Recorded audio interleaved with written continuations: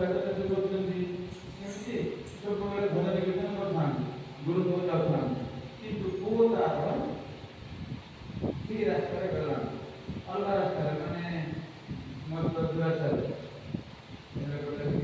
ମାରା ସବୁ କହିଲେ ଆଉ ମୋ ପୁଅର ଠିକ ହେଇପାରିଲାନି କ'ଣ କରୁଛି ତୋ ପୁଅକୁ ମୋ ପାଖକୁ ପଠେଇଦେବି ଆଉ ଯେ ସେ ଯେଉଁ ବ୍ୟବସାୟ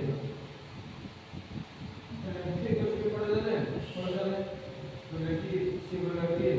ବାପା ତୋତେ ଯାହା ଦରକାର ଦେବି କିନ୍ତୁ ରାମ ନାମ ଟିକେ ଦିଆଯାଏ ସେ କହିଲେ କାହିଁ ମୁଁ ଯାଇବି କେତେ ଦିନ ଗଲା ମା ମାନେ କେମିତି ଯଦି ପିଲାରେ ନ ଖାଇଲେ ମଟନର ଖାଦ୍ୟର ଗେଲ କରି ଗୁରୁ ତାଙ୍କ ଗୁରୁ ଗେଲ କରି ଏମିତି କେତେ ଦିନ ଗଲା ସେ ଯେଉଁ ମଦ ପିଇ ଥିଲା ଆଉ ଦୁଇଟା କିଡନୀ ପରେ ସିଏ ଚାଲିଗଲା ମାନେ ସ୍ୱର୍ଗଗାମ ହେଇଗଲା ସ୍ୱର୍ଗଗାମ ଗଲା ପରେ କିଛି ଦିନ ଗଲା ପରେ ଜନ୍ମ ପଚାରେ ତା ଉପରେ କିଏ ଅଛି ଯେ ଚିତ୍ରଗୁପ୍ତ କିଏ ଯେ ଚିତ୍ରଗୁପ୍ତ